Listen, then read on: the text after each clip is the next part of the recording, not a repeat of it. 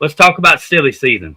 Because what we did find out this past week was Legacy Motor Club is adding a third team.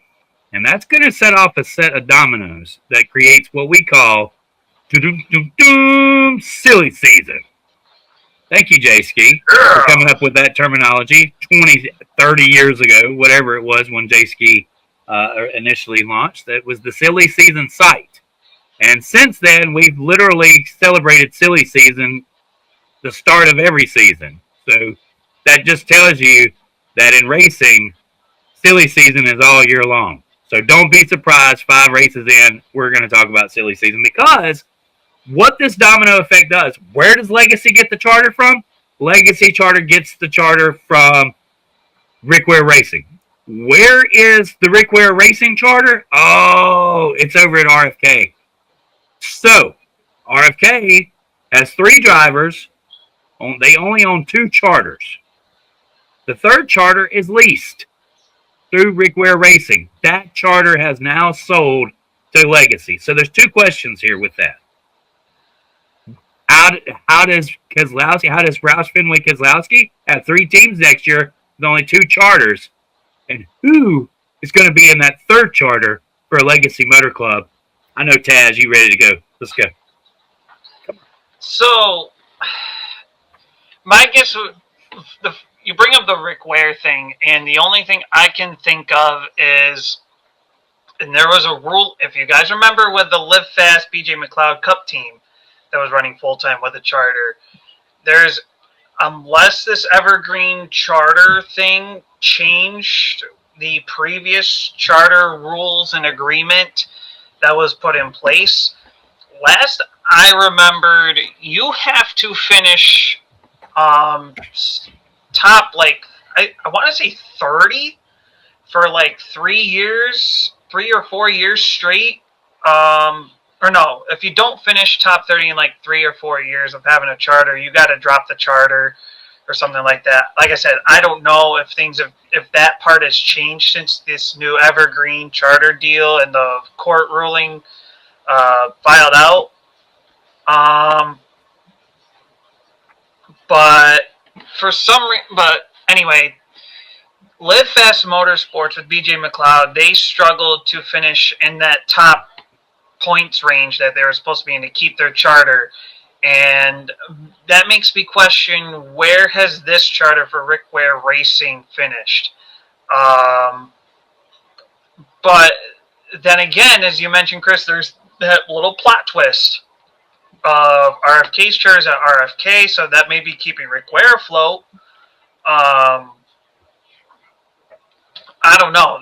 This whole thing is weird. But in terms of who could be in this third Legacy Motor Club car, Jimmy Johnson has mentioned in the past a couple of prospect drivers that he would love to, that he's been looking out for and stuff like that. He mentioned 2 drivers when he was interviewed this. I think it was last year or the year before. One of them is Connor Zilic. Obviously, he's not getting him. He's with Trackhouse. The other one being Jesse Love. If you remember, Jesse Love used to be a Toyota development driver. And then, obviously, along the way, he's now over with Chevy, who stayed with RCR. With Kyle Busch in a contract year, if Busch and RCR do not renew, the question is going to be, where does Jesse Love fall into place? Does he go to what he's been familiar with, RCR, and take over that 8 car? Or does he go back to Toyota, where he started his NASCAR roots, and run that third Legacy Club car? The other question mark on this part is another Toyota driver, and we've seen deals like this happen before. That's Corey Heim. And I mentioned Herbst getting pressure from Hamlin. If there's not a big improvement from last year to this year, Herbst could be way out the door. And if he is, Corey Heim would more than likely replace Herbst in the 35. If Herbst stays, and 2311 still kind of has him in contract. They could possibly work out a deal with Legacy and loan him over to the Third Legacy Motor Club car. Obviously, there are other drivers in contract years as well, like Alex Bowman, for instance, but I don't see him leaving Chevy in any sort of deal. I want to say there's a Spire driver that's in contract year. I think it might be McDowell, but I could be wrong there. We've seen Amigo go from team to team if he shifts over. I'll have to look. Yeah. I'll have to definitely look at J-Ski's website in terms of who's really under contract years. I think Cindric's another contract year driver, but there's a lot of question marks with this. Right now, I think the lead candidate is going to be Jesse Love, and if it's not him, it's going to be Corey Heim. That's where I fall into this.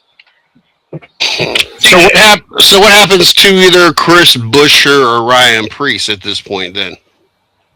It's a good question. RFK would probably have to field an open car if they don't work out something with Rick Ware Racing. So this I tell you what, this has got to suck, I guess, in a different couple aspects for me. One, being those two, and you're in the top 5 team, as we'll talk about later in the show, and not even know where you may or may not be next year, if you will have the ride, and if you're not the one with the ride, where do you end up? Right. And for those that have an opportunity to go to Legacy, I mean, other than the fact to say you drove a Cup car, I mean, how thrilled would you really be to go to a bottom 5 team? And there's, I don't know, there's nothing about Legacy Motorsports that thrills me at this point. Like and I know it's going to take a while, and teams don't have success overnight, not unless you try to throw jet fuel in your motor and everything else, Michael. But I just don't. I don't know. Like I don't know what I was expecting out of Legacy. I don't know. So I guess that part of it is going to be interesting to me. Is you got Buescher and Preece that are both driving good this year and are strong candidates to keep their ride.